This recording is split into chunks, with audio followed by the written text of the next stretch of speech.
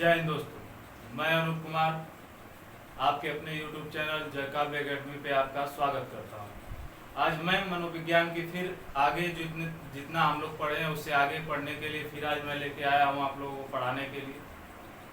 तो बच्चा मन से तैयार हो जाइए और अच्छे से ध्यान से चीज़ों को समझिए। डेफिनेटली मैं पीजीटी टीजीटी का भी लेवल लेके ही चल रहा हूँ, तो ये वीडियो पीजीटी के बच्चे भी देख सकते हैं, उनके लिए भी बहुत उपयोगी होगा। यहाँ तक कि मैं कह सकता हूँ कि अगर मैक्सिमम ईश्वर ने चाहा तो मैक्सिमम चीज़ें यहाँ से आपको निश्चित तौर पर मिलेंगी। तो हमने कल बताया था कि जैसे शिक्षा का जो उद्देश्य होता है, सामाजिक उद्देश्य, वो क्या होता है।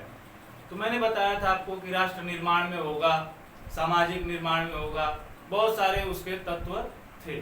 तो आइए अब एक एक करके चलते हैं किस तरह से किस प्रक्रिया में वह आगे बढ़ता जाता है।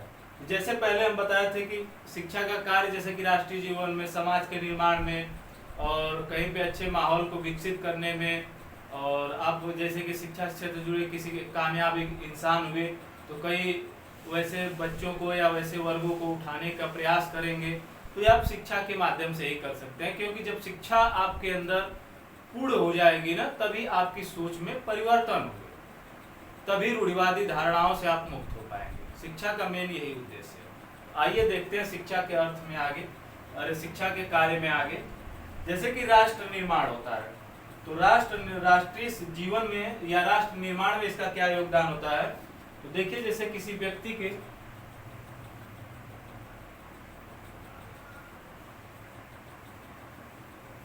राष्ट्रीय जीवन में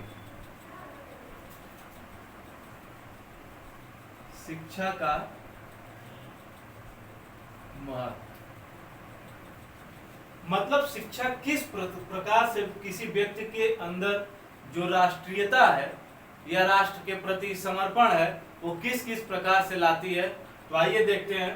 पहली तो बात है, जब शिक्षा की बात करेंगे, जो शिक्षा है यह आपके अंदर राष्ट्रीयता की भावना लाएगी। क्या लाएगी? राष्ट्रीयता की भावना। ठीक है बच्चा, राष्ट्रीयता की भावना। फिर उसके बाद आदर्श गुणों का विकास, आदर्श गुणों का विकास। फिर उसके बाद किसका निर्माण होगा बच्चा? राष्ट्र का निर्माण होगा। तो राष्ट्र निर्माण होगा। अब देखिए, जैसे कि एक बेहतर राष्ट्र का निर्माण शिक्षा के माध्यम से कैसे कर सकते हैं, वो चीजें मैं आपको बताना चाह रहा हूं। जैसे आदर्श गुणों के साथ आप एक श्रेष्ठ नागरिक भी बनेंगे। ठीक है, तो इसमें लिख सकते हैं या रहने भी देते हैं, कोई वो बात नहीं है, या श्रेष्ठ नागरिक। देख, जब आदर्शों का गुणों का विकास होगा तो जाहिर सी बात है कि इसके विकास की वजह से आप श्रेष्ठ नागरिक बन सकते हैं, बिल्कुल बन सकते हैं।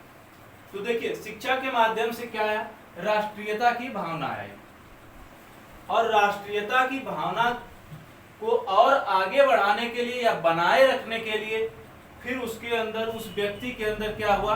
आदर्शों एवं गुणों या अच्छे चरित्रों का निर्माण हुआ। फिर उसके बाद क्या हुआ? उससे होके राष्ट्र का निर्माण हुआ। तो अब यहाँ पे किसी एक बालक की बात मैं तो कर रहा था ना, बालक या कोई व्यक्ति या बालक।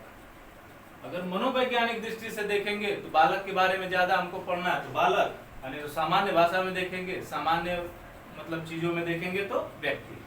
तो व्यक्ति जो है शिक्षा के माध्यम से उसके अंदर राष्ट्रीयता की भावना, आदर्श गुणों का विकास, ठीक है बच्चा, और उसके बाद बेहतर राष्ट्र का निर्माण। देखिए, जैसे कि शिक्षा के माध्यम से क्या होगा, उसके अंदर राष्ट्र से संबंधित, यहां लिखता हूं, समझ जाइएगा, राष्ट्र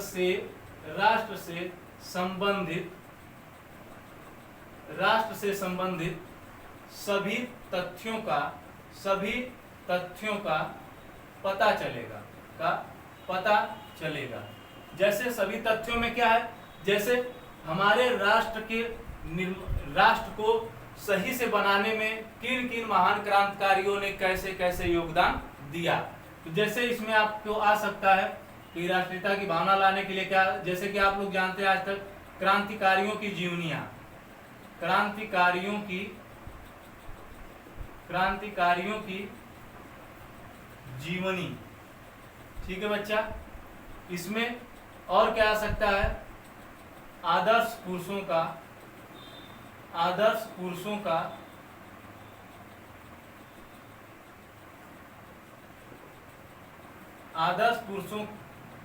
का लेख,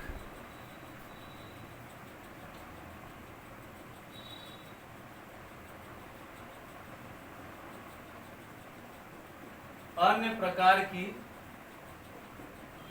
राष्ट्र से संबंधित जानकारियां, ठीक है।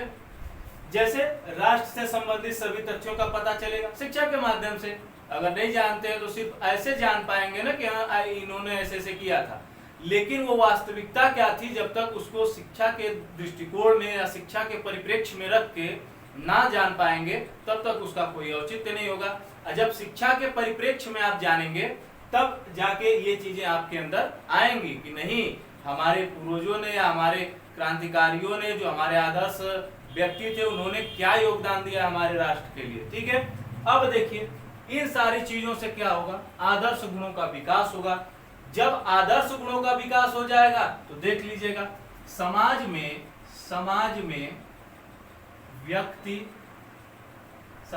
व्यक्ति अच्छे आचरणों का संचालन करेगा, ठीक है बच्चा। अच्छे आचरणों का संचालन करेगा। दूसरा क्या है, समाज में नहीं, ऐसे लिखिए, एक स्वस्थ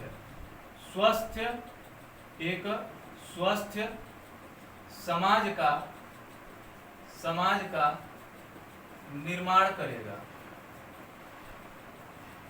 अब देखिए जब इतनी चीजें होंगी तब हमारे क्या होगा, एक बेहतर राष्ट्र का निर्माण होगा। मतलब हमारा कह सकते हैं कि जैसे कि ये आपके मैकाइवर और पेज ने कहा था कि जो राष्ट्र के गुण हैं या राष्ट्र की जो श्रेष्ठता है वह उसकी सामाजिक इकाइयों से क्या हुई है, जुड़ी हुई है। तो जैसे मैकाइवर और पेज ने कहा था कि जो राष्ट्र की हमारे गुण हैं या जो राष्ट्र की श्रेष्ठता होती है वह हमारी सामाजिक श्रेष्ठता या सामाजिक गुणों से क्या होती है, जुड़ी होती है। क्योंकि एक बेहतर समाज का निर्माण हम करेंगे तो और हमारे 10 लोग जो संपर्क में आएंगे वो भी करेंगे, और जब वो भी करेंगे तो क्या होगा, उससे एक समाज से दूसरे समाज में जाएगा, इसी तरह पूरे समाज में फैल जाएगा, जो हमारे राष्ट्र का एक बेहतर राष्ट्र का निर्माण करेगा। तो यही बच्चा राष्ट्रीय जीवन में शिक्षा का महत्व है। तो देख लीजिए, इतना नोट करना चाहते तो नोट कर लीजिए, नहीं तो स्क्रीनशॉट रख लीजिए। फिर आगे चलते हैं, ठीक है बच्चा, चलिए ओके आगे चलते हैं।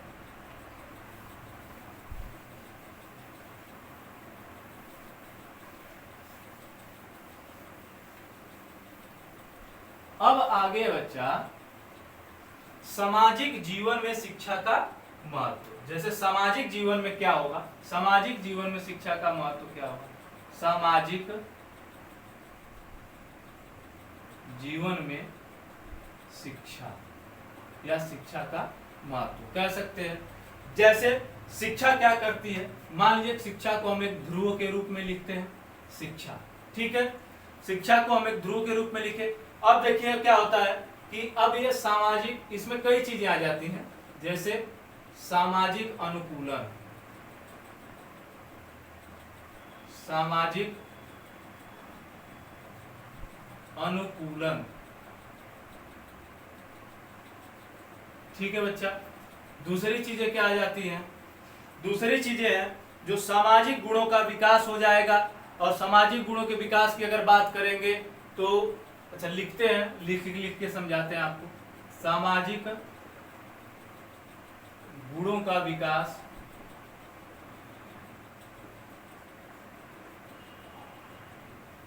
और क्या हो जाएगा, सामाजिकता की भावना का विकास हो जाएगा बच्चा, सामाजिक भावना का विकास होगा, भावना का विकास होगा। अब ऐसे देखेंगे तो बहुत सारी चीजें, संस्कृति एवं सभ्यता का विकास आ जाएगा, इसमें बहुत सारी चीजें आ जाती है। संस्कृति एवं सभ्यता का विकास, संस्कृति एवं सभ्यता का विकास। अब देखिए बच्चा क्या होता है, सामाजिक अनुकूलन का मतलब कह सकते हैं इसको, अगर अनुकूलन की बात करें, तो यहाँ पे हम एक शब्द भी लिख सकते हैं, समायोजन।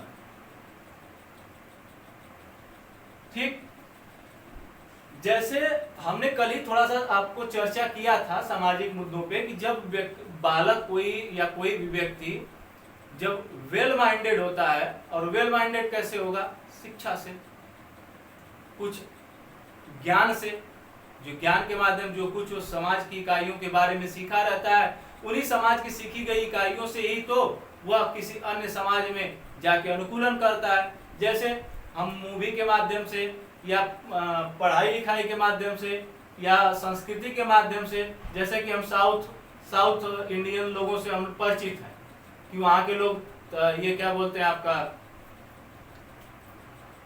इडली और चटनी ज्यादा प्रसिद्ध है, तो वहां जाएंगे तो हमको वही खाना पड़ेगा। तो ये कैसे पता चला, क्योंकि हम वहां के कल्चर से पहले से परिचित हैं, जानते हैं, तो वहां जाएंगे तो हमको वहां पे अनुकूलन करने में क्या होगी, आसानी होगी। तो इसमें बच्चा लिख सकते हैं कि किसी एक समाज से दूसरे समाज में समन्वय स्थापित करना,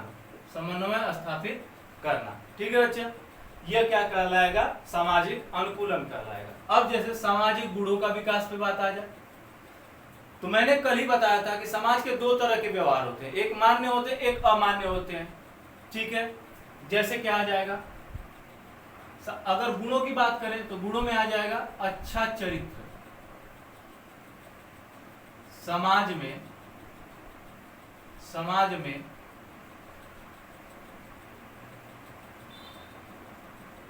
अच्छा चरित्र बनाए रखना,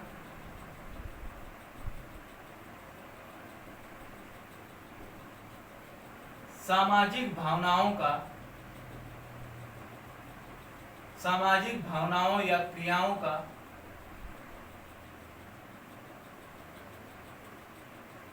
सम्मान करना,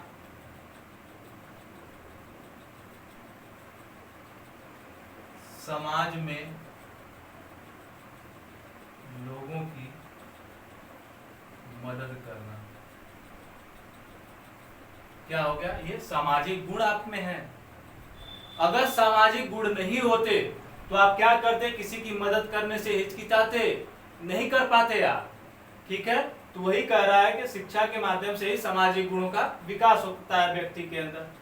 अब आ जाता है सामाजिक भावना या सामाजिकता की भावना। तो अब देखिए इसमें ये क्या होता है, सामाजिकता की भावना, इसमें बच्चा ये आ जाता है कि जैसे किसी की भावनाओं की कद्र करना, भावनाओं को समझना या समाज की भावनाओं को समझना। समाज का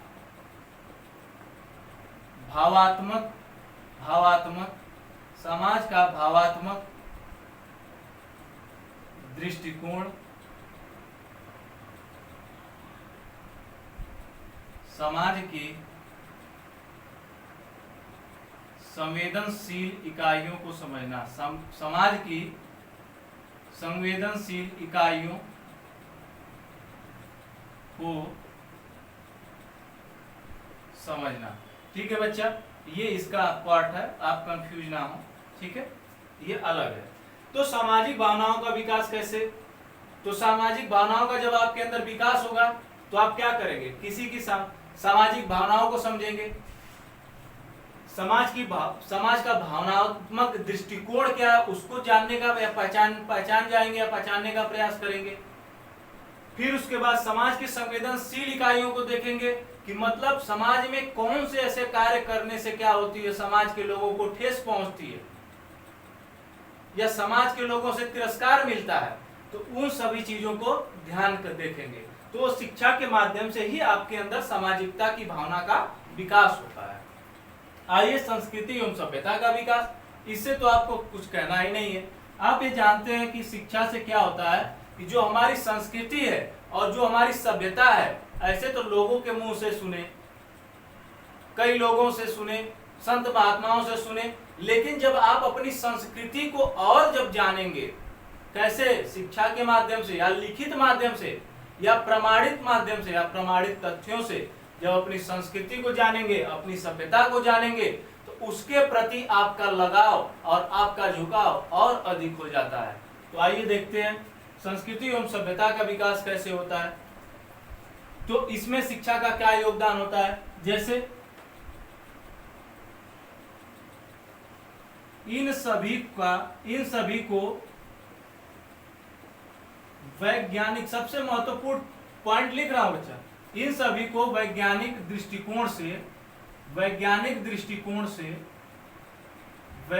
दृष्टिकोण से देखना या समझना बहुत ही महत्वपूर्ण बात है बच्चा। इन सभी को मतलब संस्कृति एवं सभ्यताओं को वैज्ञानिक दृष्टिकोण से देखना या समझना। जैसे हमारी संस्कृति सनातन है, इस्लामिक है, ये सारे धर्म जो है वो संस्कृति से तो ही जुड़े हुए हैं ना, इनकी अलग अलग कल्चर्स हैं, तो ये धर्म संस्कृति के हिस्से में आते हैं, सभ्यता का एक निर्माण करते हैं।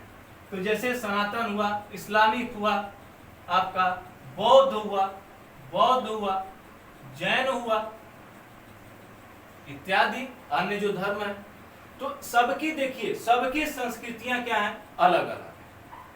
तो सबकी संस्कृतियों को अगर सनातन संस्कृति के हिसाब से इसको भी समझेंगे तो नहीं समझ पाएंगे, या इसके हिसाब से अगर बौद्ध संस्कृति को समझेंगे तो भी नहीं समझ पाएंगे, और बौद्ध संस्कृति के हिसाब से जैन संस्कृति को समझने का प्रयास करेंगे तो भी अपना काम होगी। लेकिन बच्चा, जब आप शैक्षिक दृष्टिकोण में इन सभी संस्कृतियों का वर्णन देखेंगे, कैसे विकास हुआ, इन संस्कृति के महत्वपूर्ण तथ्य क्या थे, तत्व क्या थे, और यह संस्कृति कैसे पनपी या यह सभ्यता कैसे पनपी, तब आप जान पाएंगे। अच्छा एक बात बताइए, जैसे मैं आपको एक एग्जांपल देता हूं, देखिए जैसे 2500 ईसा पूर्व में हम क्या करते हैं, ईसा पूर्व में इंडस वैली या इंडस सिविलाइजेशन की बात करते हैं कि नहीं करते हैं बच्चा।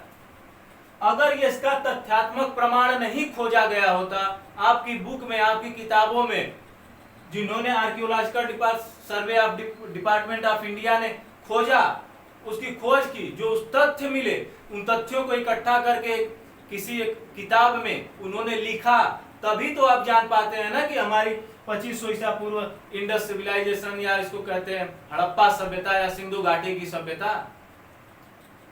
इंडस सिविलाइजेशन का मतलब सिंधु घाटी की सभ्यता, और हड़प्पन सिविलाइजेशन का मतलब हड़प्पा घाटी की सभ्यता। अब सिंधु नदी के किनारे वो पनपी थी, इसीलिए उसको सिंधु नदी की सभ्यता भी कहते हैं और हड़प्पा सभ्यता भी कहते हैं। तो जब उसका तथ्यात्मक प्रमाण मिला, तभी तो आप जान पाए ना कि वह सभ्यता कैसी थी, उस सभ्यता के लोग किन किन चीजों का प्रयोग करते थे। तो यही होता है शिक्षा का तात्पर्य, संस्कृति और सभ्यता को समझने में। तो शिक्षा कितना महत्वपूर्ण भूमिका निभाती है एक बेहतरीन समाज के निर्माण में, एक इंसान के बेहतरीन जीवन के निर्माण में। ठीक है बच्चा, सामाजिक भावनाओं को समझने के लिए, सामाजिकता के अनेक पक्षों को जानने के लिए शिक्षा ही महत्वपूर्ण भूमिका निभाती है, और इसी के माध्यम से आप सामाजिक गुणों का विकास कर पाते हैं, सामाजिक भावनाओं का विकास कर पाते हैं, सामाजिक संस्कृतियां और सभ्यताओं की भावनाएं आप में आ पाती हैं। तो क्लियर हुआ ये पॉइंट आपका? तो देख लीजिए, ये सारी चीजें पूछी जाती हैं पीजीटी यूजीटी में। सामाजिक जीवन में शिक्षा का महत्व बहुत महत्वपूर्ण है, राष्ट्रीयता का महत्व आपसे पूछता है, और यही जो लिखे हैं ना बच्चा, यही पॉइंट होता है ऑप्शंस में। कह देगा इसमें से कौन सा नहीं फॉलो करता है। चलिए आते हैं, हो गया बच्चा, देख लिए, आगे चलते हैं।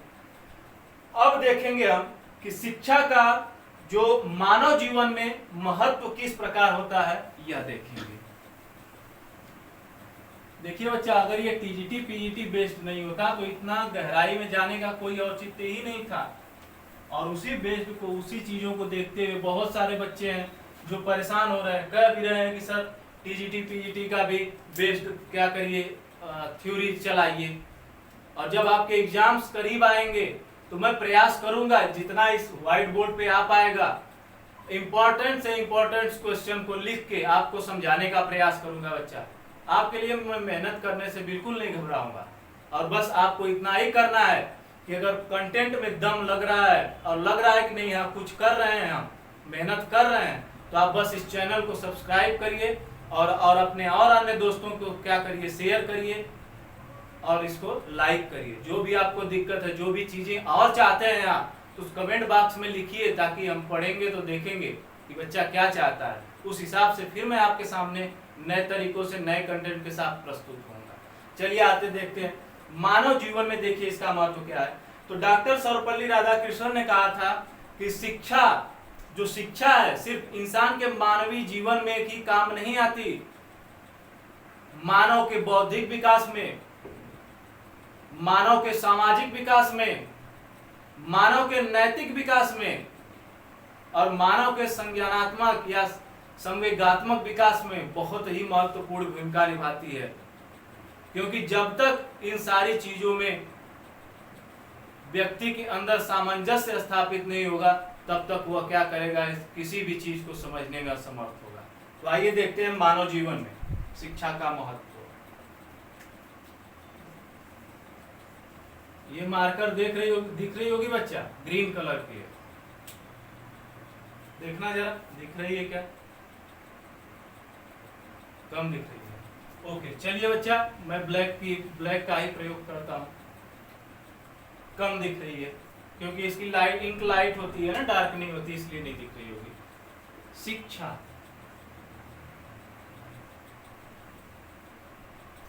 अब शिक्षा का मानव जीवन में कैसे महत्व है बच्चा, वो देखते हैं। तो शिक्षा का पहले लिखते हैं मानव जीवन में, मानव जीवन में शिक्षा। अभी आप क्या पढ़े, राष्ट्र निर्माण में शिक्षा, समाज निर्माण में शिक्षा। अब मानव जीवन के निर्माण में शिक्षा का क्या महत्व है, तो देखिए बच्चा, आत्मनिर्भरता, आत्मनिर्भरता, मानवीय जरूरतों की पूर्ति या मानवीय आवश्यकताओं की पूर्ति,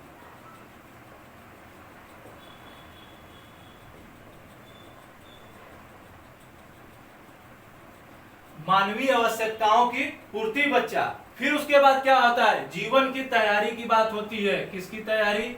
जीवन की तैयारी की बात होती है, जीवन की तैयारी की बात होती है। देखिए, आत्मनिर्भरता, मानवीय आवश्यकताओं की पूर्ति, फिर जीवन की तैयारी की बात होती है, फिर व्यवसायिक योग्यता होती है, फिर मानवीय मूल्यों का विकास की बात होती है, फिर क्या होती है बच्चा, व्यवसायिक योग्यता, व्यवसायिक योग्यता, फिर मानवीय मूल्यों का विकास, मानवीय मूल्यों का विकास, मूल्यों का विकास। ये बच्चा आज का लास्ट टॉपिक रहेगा आपका। घबराना नहीं है, एकदम बेहतरीन चीजों में। मैं अभी आपके टीजीटी पीजीटी में बहुत पूछता है आधुनिक शिक्षा से, आधुनिक शिक्षा के बारे में, सल्तनत कालीन शिक्षा के बारे में, बौद्ध कालीन शिक्षा के बारे में, वैदिक कालीन शिक्षा के बारे में और वर्तमान शिक्षा के बारे में।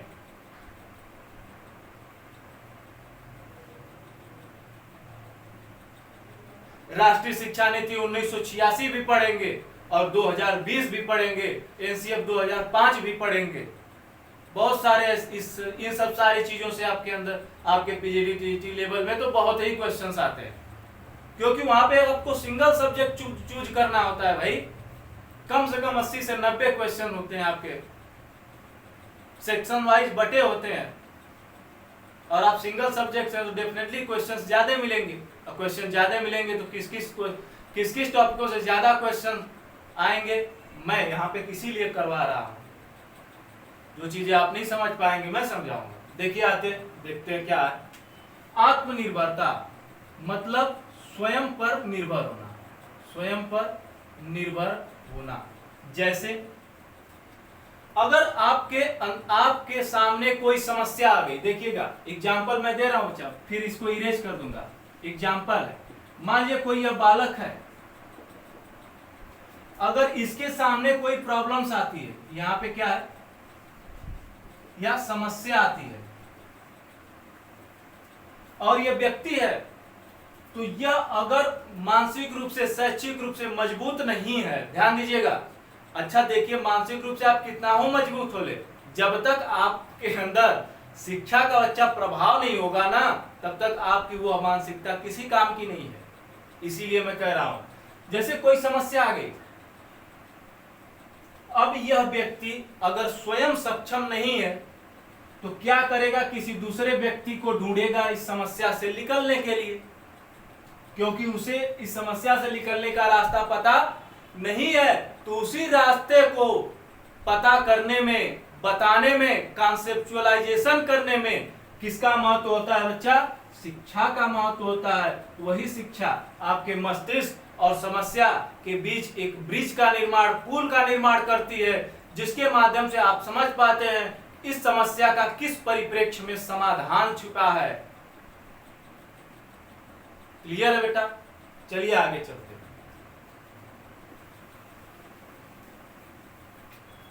अब देखिए जीवन की तैयारी। जीवन की तैयारी का क्या मतलब? मतलब जिंदगी जीने के जो भी पड़ाव आते हैं, उस पड़ाव के में कठिनाइयां भी आती हैं, और उन कठिनाइयों के सामना करने के लिए जो शिक्षा महत्वपूर्ण योगदान निभाती है, वही कहलाता है जीवन की तैयारी में शिक्षा का महत्व क्या है, या शिक्षा से हम जीवन की तैयारी भी करते हैं। जैसे बढ़ती उम्र के साथ नई नई चुनौतियों का आसानी से समाधान, ये है जीवन की तैयारी बच्चा।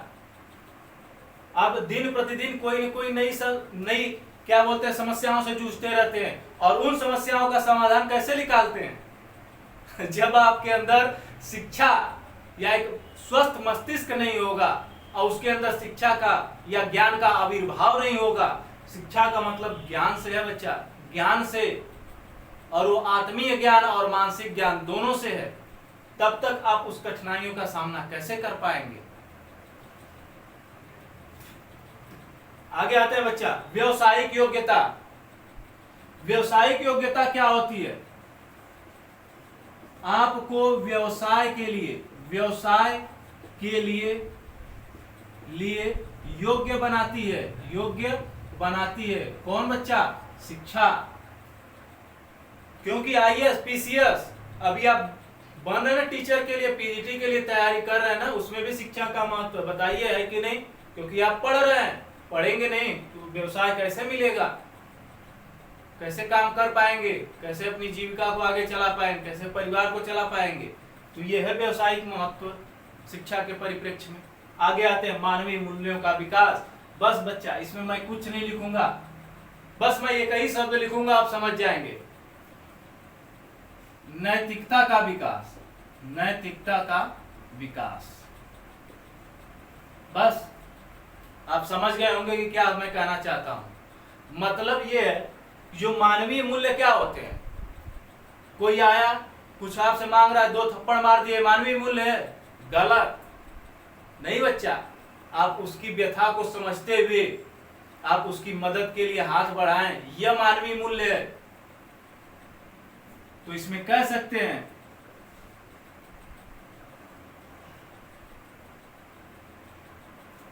मानवीय मूल्य में आप कह सकते हैं कि समाज में वंचित या